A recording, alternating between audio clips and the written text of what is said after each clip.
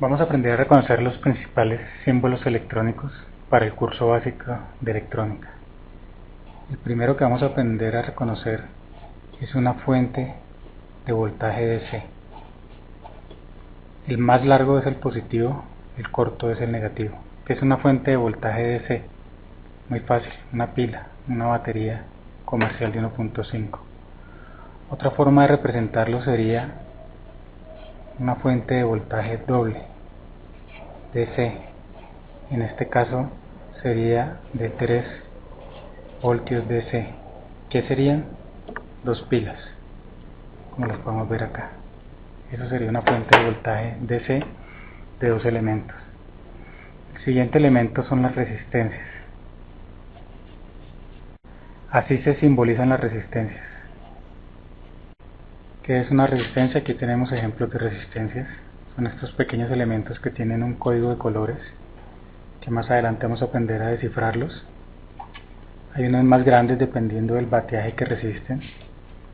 Entonces las más pequeñas son de 1/4 de vatio, estas son de medio vatio y estas ya son de 3 y 5 vatios.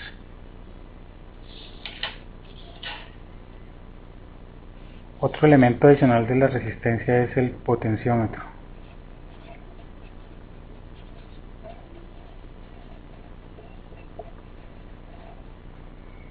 El potenciómetro es una resistencia, pero que es variable. Yo puedo variar el valor de su resistencia. Tenemos varias opciones aquí de potenciómetros, estas son muy pequeñas, pero el que más distinguimos normalmente es el de subirle el volumen a un equipo de sonido. Eso es un potenciómetro. Otro elemento son los diodos, que se simbolizan de esta forma, un triángulo. Son estos pequeños elementos que permiten el paso de la corriente en un solo sentido. Donde aparece esta rayita es el negativo y donde inicia el triángulo es el positivo. Hay otros que vamos a utilizar mucho, que son los LED. Los LED son los mismos diodos, pero emisores de luz. Significa diodo emisor de luz, y son lo que normalmente uno ve como bombillitos, pero realmente se llaman LED. Aquí tenemos dos ejemplos de LED. Este es mucho más potente, este es mucho más pequeño. El símbolo de LED, como es un diodo emisor de luz, el símbolo de LED es el mismo de diodo, pero tiene dos rayitos de luz que van saliendo, porque es un diodo emisor de luz. Continuamos con el condensador. El condensador es un dispositivo que se opone a las variaciones de voltaje. La parte recta es el positivo, la parte curva es el negativo. Y son estos que parecen como tanques.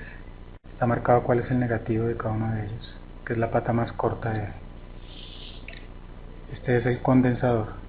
Ahora vamos a ver los transistores. Los transistores son estos pequeños elementos, pero son la base actual de toda la electrónica. Y el símbolo de transistor que normalmente se maneja es este. Este es un transistor NPN. Después vamos a ver qué significa eso. Y hay otro tipo de transistores que son los PNP, que llevan la flecha en el sentido contrario.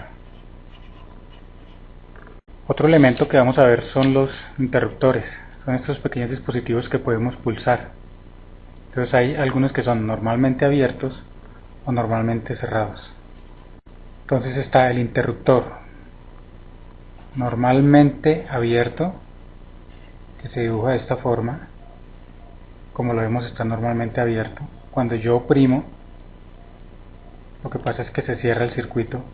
Y están los normalmente cerrados, que están todo el tiempo cerrados, y cuando yo oprimo, este se abre. Normalmente cerrados y normalmente abiertos. Por último, cuando vamos a hacer una conexión,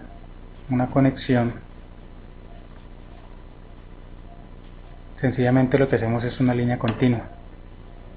Cuando no queremos hacer una conexión, cuando vamos a pasar un cable sobre otro sin hacer conexión, lo que hacemos es que este es un cable, nos vamos acá, hacemos una media luna y continuamos. Esto quiere decir que no hay conexión.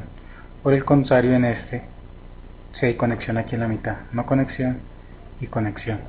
Con estos símbolos básicos vamos a empezar a defendernos para el curso de electrónica.